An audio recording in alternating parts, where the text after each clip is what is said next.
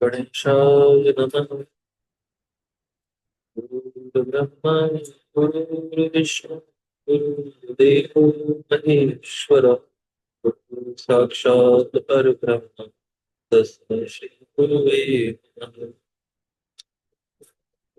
त्वमेव माता पिता त्वमेव त्वमेव बन्धुः च सखा त्वमेव त्वमेव विद्या द्रविणं त्वमेव त्वमेव सर्वं मम देव।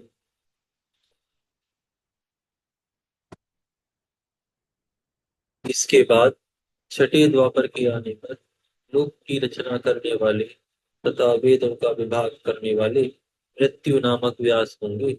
उस समय भी मैं लोकाक्षी नाम से अवतार ग्रहण करूंगा और व्यास जी की सहायता के लिए निवृत्ति मार्ग का वर्णन करूंगा।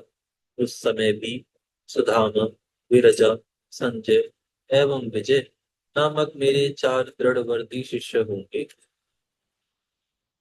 मैं विधेय सातवें द्वापर के आने पर जब शतक्रतु नामक व्यास होंगे उस समय भी मैं विभु जैगीषव्य नाम से अवतरित होऊंगा और महायोग विचक्षण होकर काशी की गुफा में दिव्य स्थान में उषा के आसन पर बैठकर योग मार्ग को दृढ़ करूंगा तथा शतक्रतु व्यास की सहायता करूंगा एवं हे विधे संसार के भय से भक्तों का उद्धार करूंगा। उस युग में भी सारस्वत, योगीश, मेघवाह, सुवाहन नामक मेरे चार पुत्र या शिष्य होंगे। आठवें द्वापर युग के आने पर वेदों का विभाग करने वाले मुनि श्रेष्ठ वशिष्ठ वेद व्यास जी होंगे। हे योग जानने हे योग जानने वालों में श्रेष्ठ उस समय भी दधिवाहन नाम से अवतार ग्रहण करूंगा और व्यास जी की सहायता करूंगा। उस समय कपिल, आसुरी, पंचशिख और शाल्वन नामक मेरे चार पुत्र शिष्य होंगे जो मेरे ही समान योगी होंगे। हे विधे नौवें द्वापर युग के आने पर उसमें सारस्वत नामक मुनि श्रेष्ठ व्यास जी होंगे। उस समय वे व्यास जी निवृत्ति मार्ग को बढ़ाने का विचार करेंगे। तब मैं ऋषभ नाम से विख्यात होकर अवतार होगा। उस समय पराशर, गर्ग, भार्गव एवं गिरीश नामक मेरे परम योगी शिष्य होंगे। हे प्रजापति मैं उनके साथ योग मार्ग को दृढ़ करूंगा और हे सन्मुने मैं वेद व्यास जी की सहायता करूंगा। उस समय हे विधे दयालु मैं आप अपने उस रूप से बहुत से दुखित भक्तों का और स्वयं आपका भी उद्धार करूंगा। हे विधे मेरा वह ऋषभ नामक अवतार योग मार्ग का प्रवर्तक सारस्वत व्यास जी के मन को संतुष्ट करने वाला तथा अनेक प्रकार की लीला करने वाला होगा। मेरे उस अवतार ने भद्रायु नामक राजकुमार को जो विष के दोष से मर गए थे एवं जिसके पिता ने त्याग कर दिया था पुनः जीवित कर दिया था। उस राजकुमार के 16 वर्ष का होने पर मेरे अंश से उत्पन्न ऋषभ पुनः सहसा उसके घर गए। हे प्रजापति उस राजकुमार ने कृपा निधि तथा अति सुंदर उन ऋषभ जी का आदर पूर्वक पूजन किया और ऋषभ जी ने उसे उस समय राजयोग से युक्त धर्मोपदेश किया। तदनंतर उन्होंने प्रसन्न चित्त होकर दिव्य कवच, शंख तथा प्रकाशमान खड़ग प्रदान किया जो शत्रुओं के विनाश में समर्थ था। तदनंतर 3 वत्सल उन महात्मा ऋषभ जी ने उसके अंगों में भस्म लगाकर कृपा पूर्वक 12,000 हाथियों का बल भी उसे प्रदान किया। इस प्रकार माता सहित भद्रायु को भली भांति आश्वस्त करके तथा उन दोनों से मुक्त होकर स्वेच्छागामी प्रभु ऋषभ चले गए। हे विधे राजऋषि भद्रायु भी अपने शत्रुओं को जीतकर कीर्ति मालिनी से विवाह कर धर्मानुसार राज्य करने लगे। मैंने इस प्रकार के प्रभाव वाले सज्जनों को गति प्रदान करने वाले तथा दीन दुखियों के बंधु रूप मुझ भगवान शंकर के 9वें ऋषभ अवतार का वर्णन आपसे किया। ऋषभ का चरित्र परम पवित्र, महान, स्वर्ग देने वाला, यश तथा कीर्ति देने वाला और आयु को बढ़ाने वाला है। इसे यत्न पूर्वक सुनना चाहिए। यहाँ पर तृतीय अध्याय पूर्ण, सॉरी, चतुर्थ अध्याय पूर्ण होता है। यहाँ से पंचम अध्याय प्रारंभ होता है। इस अध्याय में 12 कल्प के 10वें से 28वें द्वापर तक होने वाले ऋषि व्यासों और शिव अवतारों का वर्णन किया गया है। शिव जी बोले, हे ब्राह्मण, 10वें द्वापर युग में जब त्रिधामा नामक मुनि व्यास होंगे, उस समय में हिमालय पर्वत के मनोहर भृगुतंग नामक ऊंचे शिखर पर अवतार ग्रहण करूंगा। उस समय भी मेरे श्रुति सम्मित तथा तपस्वी भृगु बल बलबंधु नरामित्र तथा केतु श्रृंग नामक पुत्र होंगे। 11वें द्वापर युग में जब त्रिव्रत नामक व्यास होंगे, उस समय मैं कलयुग में गंगा द्वार पर तप नाम से अवतरित होऊंगा। उस समय भी लंबोदर, लंबाक्ष, केशलंब एवं प्रलंबक नामक 4 दृढ़वर्ती मेरे शिष्य होंगे। 12वें द्वापर युग के आने पर वेदों के विभाग करने वाले सत्यतेजा नामक व्यास होंगे। तब मैं द्वापर के अंत होने पर कलयुग में यहाँ पृथ्वी पर अवतार ग्रहण करूंगा।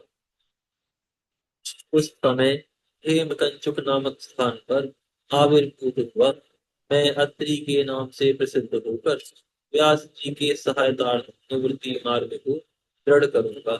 हे महामुने, उस समय सर्वज्ञ, समबुद्धि, साध्य एवं शर्व नामक मेरे परम योगी 4 पुत्र होंगे। 13वें द्वापर युग में धर्म स्वरूप नारायण नामक व्यास होंगे। उस समय मैं बालखिल्य के आश्रम में उत्तम गंध मादन पर्वत पर बलि नामक महामुनि के रूप में अवतार ग्रहण करूंगा। वहां पर सुदामा, कश्यप, वशिष्ठ और विरजा नामक मेरे 4 श्रेष्ठ पुत्र होंगे। 14वें द्वापर युग के आने पर जब रक्ष नामक व्यास होंगे, तब मैं अंगिरस वंश में गौतम नाम से अवतार ग्रहण करूंगा। उस समय भी कलयुग में अत्रि, वशद, श्रवण और श्रविष्कष्ट नामक मेरे 4 पुत्र होंगे। 15वें द्वापर युग में जब त्रयारुणी नामक व्यास होंगे, उस समय मैं वेदशिरा नाम से अवतरित होऊंगा। वेदशिरा नामक महावीरवान मेरे अस्त्र होंगे और देवी सरस्वती के उत्तर तथा हिमालय के पृष्ठ भाग में मैं वेद शीर्ष पर्वत पर निवास करूंगा। उस समय भी पुणी, पुणिबाहु, कुशरीर और कुनेत्र नामक मेरे 4 शक्तिशाली पुत्र होंगे। 16वें द्वापर युग में जब देव नामक व्यास होंगे, उस समय मैं योग मार्ग का उपदेश देने के लिए गौकर्ण नाम से उत्पन्न होगा। वहीं पर परम पुण्यप्रद गौकर्ण नामक वन है।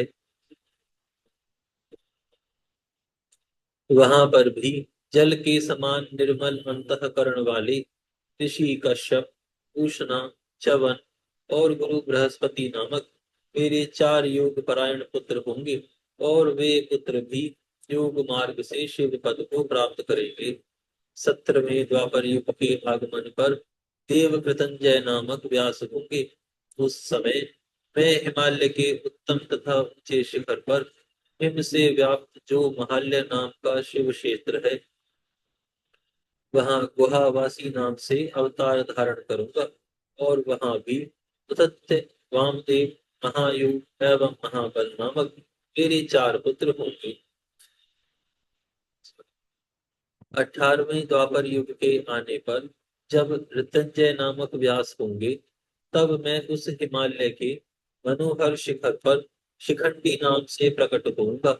उस महापुण्यप्रद सिद्ध क्षेत्र में शिखंडी नामक पर्वत है और उसी नाम वाला वन भी है जहाँ सिद्ध निवास करते हैं।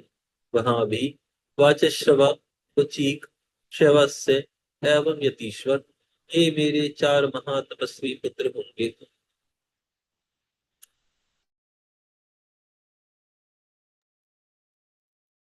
19वें द्वापर में जब भारद्वाज मुनि व्यास होंगे, तब हिमालय के शिखर पर जटाएं धारण किया हुआ मैं माली नाम से अवतार ग्रहण करूंगा। वहां समुद्र के समान गंभीर हिरण्य नामक कौशल्य, लोकाक्षी तथा पृथ्वी नामक मेरे चार पुत्र होंगे। 20वें द्वापर में गौतम नामक व्यास होंगे। तब मैं हिमालय पर्वत पर अट्टहास नाम से अवतीर्ण होऊंगा। वहीं हिमालय के पृष्ठ भाग पर अट्टहास नामक महापर्वत है, जहाँ अट्टहास प्रिय मनुष्य निवास करते हैं और जो देव, मनुष्य, यक्षराज, सिद्ध और चरणों से सेवित हैं। वहां भी सुमंतु, विद्वान, बर्बरी, कबंध तथा कुशगंधर नामक मेरे चार महायोगी पुत्र होंगे।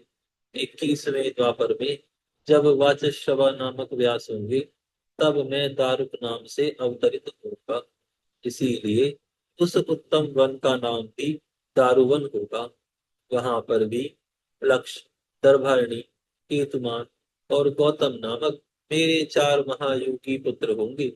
22वें द्वापर युग के आने पर जब सूक्ष्मायण नामक व्यास होंगे, तब मैं लांगली भीम नामक महामुनि के रूप में वाराणसी में अवतरित होऊंगा। जहाँ कलयुग में इंद्र सहित समस्त देवगण मुझ हलायुध भगवान शिव का दर्शन करेंगे। वहां भी भल्लवी, मधु, पिंग तथा श्वेत केतु नामक मेरे चार परम धार्मिक पुत्र होंगे। 23वें द्वापर युग के आने पर जब मुनि तृणबिंदु व्यास होंगे, तब मैं उत्तम कालंजर पर्वत पर श्वेत नाम से अवतार होगा। उस समय कुशिक, बृहदशभ, देवल एवं कवि नामक मेरे चार तपस्वी पुत्र होंगे। 24वें द्वापर युग के प्राप्त होने पर जब यक्ष नामक व्यास होंगे, उस समय में नेमिष क्षेत्र में नेमिष क्षेत्र में शूली नामक महायोगी के रूप में अवतार ग्रहण करूंगा। वहां पर भी शालीहोत्र, अग्निवेश, युवनाश्व एवं शरदशु नामक मेरे चार तपस्वी शिष्य होंगे। 25वें द्वापर युग में जब शक्ति नामक व्यास होंगे, तब मैं दंडधारी महायोगी मुनीश्वर भगवान प्रभु के रूप में अवतरित ग्रहण करूंगा। उस समय भी छगल, कुंडकर्ण, कुंभांड एवं प्रवाहक नामक चार तपस्वी शिष्य होंगे। 26वें द्वापर युग में जब ऋषि पराशर नामक व्यास होंगे, उस समय में भद्रवटपुर में आकर सहिष्णु नाम से अवतरित होऊंगा। वहां पर भी उलूप, विद्युत, शंभु और आश्वलायन नाम वाले मेरे चार तपस्वी शिष्य होंगे। 27वें द्वापर युग में जब जातुकर्ण व्यास होंगे, उस समय में प्रभास तीर्थ में आकर सोम शर्मा नाम से प्रकट होऊंगा।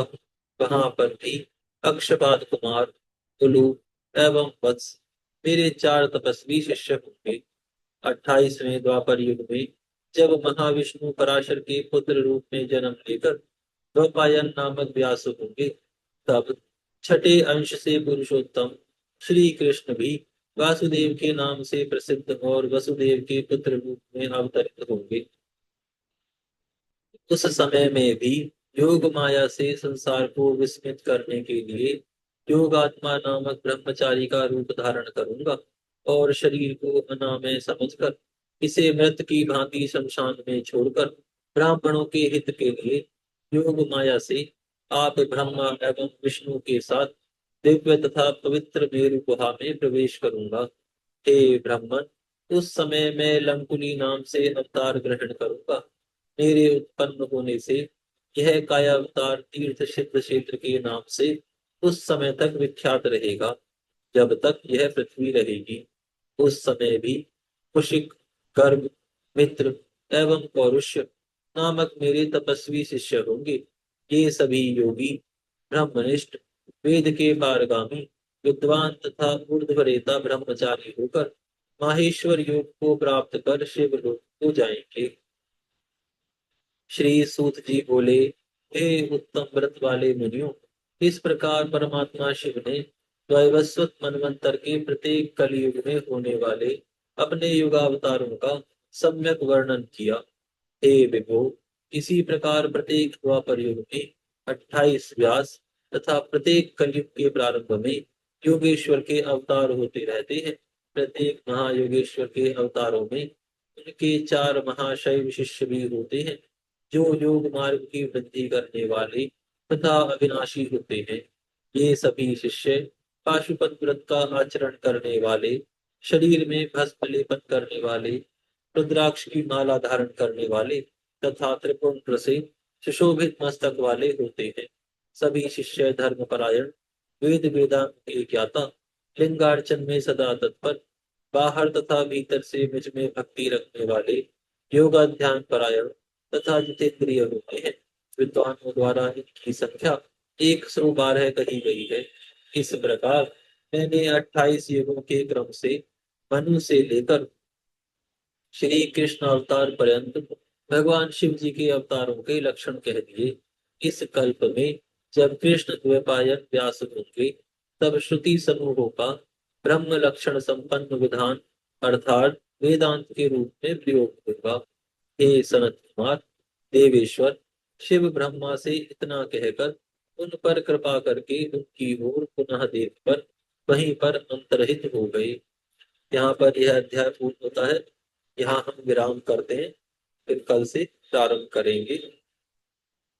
हे गौ माता, आप सभी देवताओं की माता, सभी तीर्थों का तीर्थ, सभी पुण्य का पुण्य है। हम आपको दंडवत प्रणाम करते हैं। आपकी कृपा सभी पर हमेशा बनी रहे।